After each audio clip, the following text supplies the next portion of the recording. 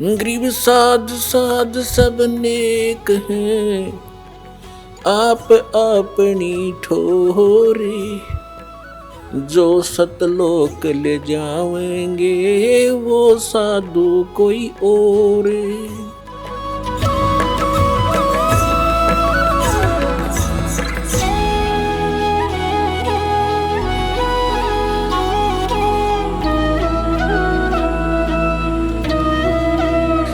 अब जैसे एक ब्राह्मण व्यक्ति था, घना दुखी था अपने प्रारब्ध के कर्मों से। उसके संस्कार के अंदर से उसके भाग्य में इतने कष्ट थे। 4 सदस्य घर के बच्चे थे, चारों उनको आपत्ति, सभी रोगी रहे।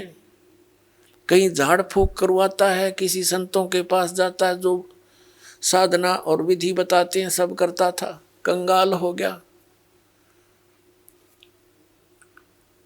वो एक दिन रामानंद जी के पास गया और परमेश्वर कबीर जी भी स्वामी रामानंद जी के पास विद्यमान थे।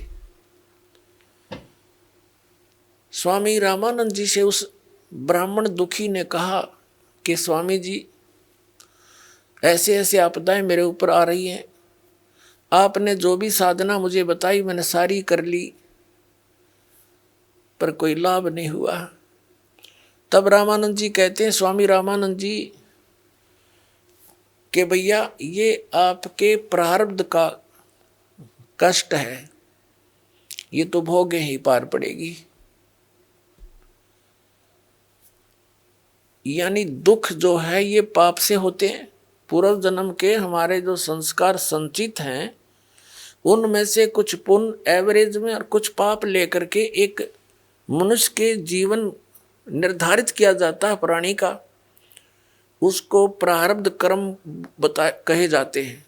जिसके पूर्व जन्म के पाप ज्यादा हैं उसके जीवन में उन पापों की रेशो ज्यादा है, और पापों से संकट आते हैं, कष्ट आते हैं, तो उनके जीवन में कष्टों की श्रृंखला सी बन जाती है।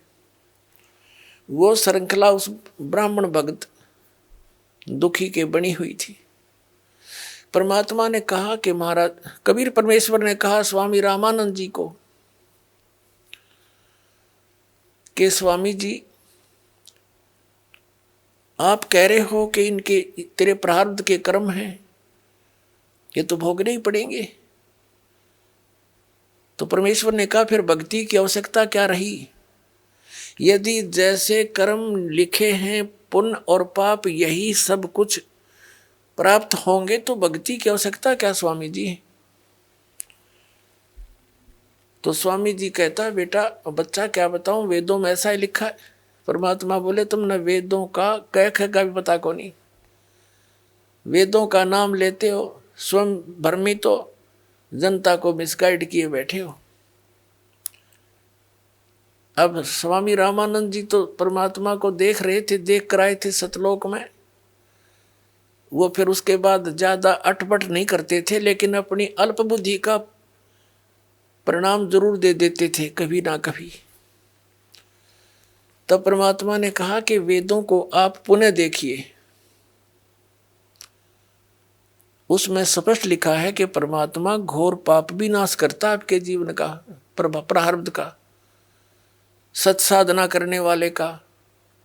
नहीं तो फिर भक्ति की आवश्यकता क्या है? जाइए नो के नो दे टूटेंगी भक्ति इंसान की, फिर क्या यूज भक्ति का?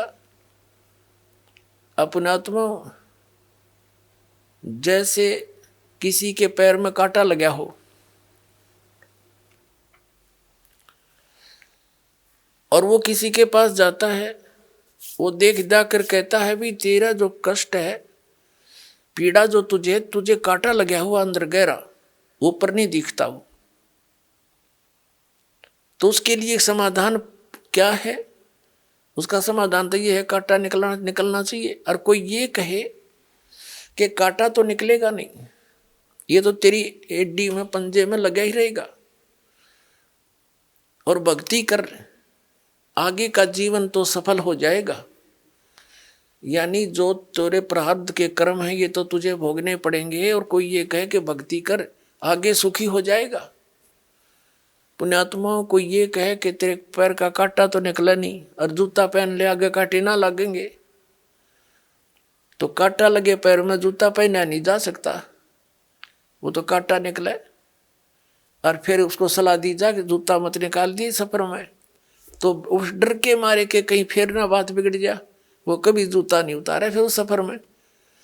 तो पुण्यात्माओं जिनको कर्म के कांटे चुभे हुए हैं और उनको कोई सलाह दे कि ये कर ले वो कर ले, कुछ देर तो करते हैं वो, फिर जब उनको ये सलाह मिलती है अंत में ये मिल जाता है कि कर्म तो भोगने ही पड़ेंगे, प्रारब्ध के हैं, और भक्ति कर ले।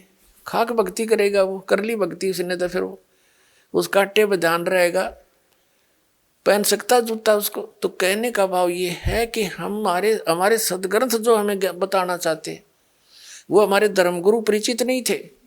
परमात्मा के गुण क्या बताते हैं ये ढंडोरा किस चीज का पीट रहे थे, ये सारा मिसगाइड किए बैठे थे अपने को। ऐसे आज तक जितने भी महापुरुष आप देखो सबकी यही दशा है, इन्हें कख नहीं पता था।